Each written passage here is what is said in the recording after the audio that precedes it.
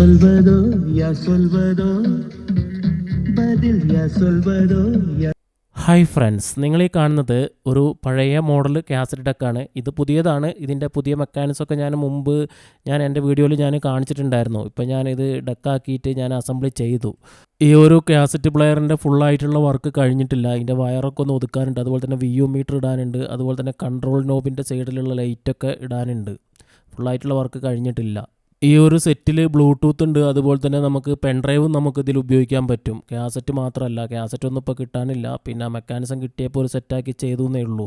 അതായത് നമ്മൾ ഓഡിയോക്സിൻ്റെ ഓണർ റഫീഖയാണ് ഈ ഒരു മെക്കാനിസം എനിക്ക് കൊണ്ടുവന്ന് തന്നിട്ടുള്ളത്. ഈ ഒരു ഡെക്ക് ചെയ്തിട്ടുള്ളത് 2.1 ആയിട്ടാണ്. ലെഫ്റ്റ് റൈറ്റും 50-50 വാട്ട്സും ഉണ്ടാവും. അതുപോലെ തന്നെ സബിൻ്റെ ഔട്ട് 300 വാട്ട്സും ഉണ്ടാവും.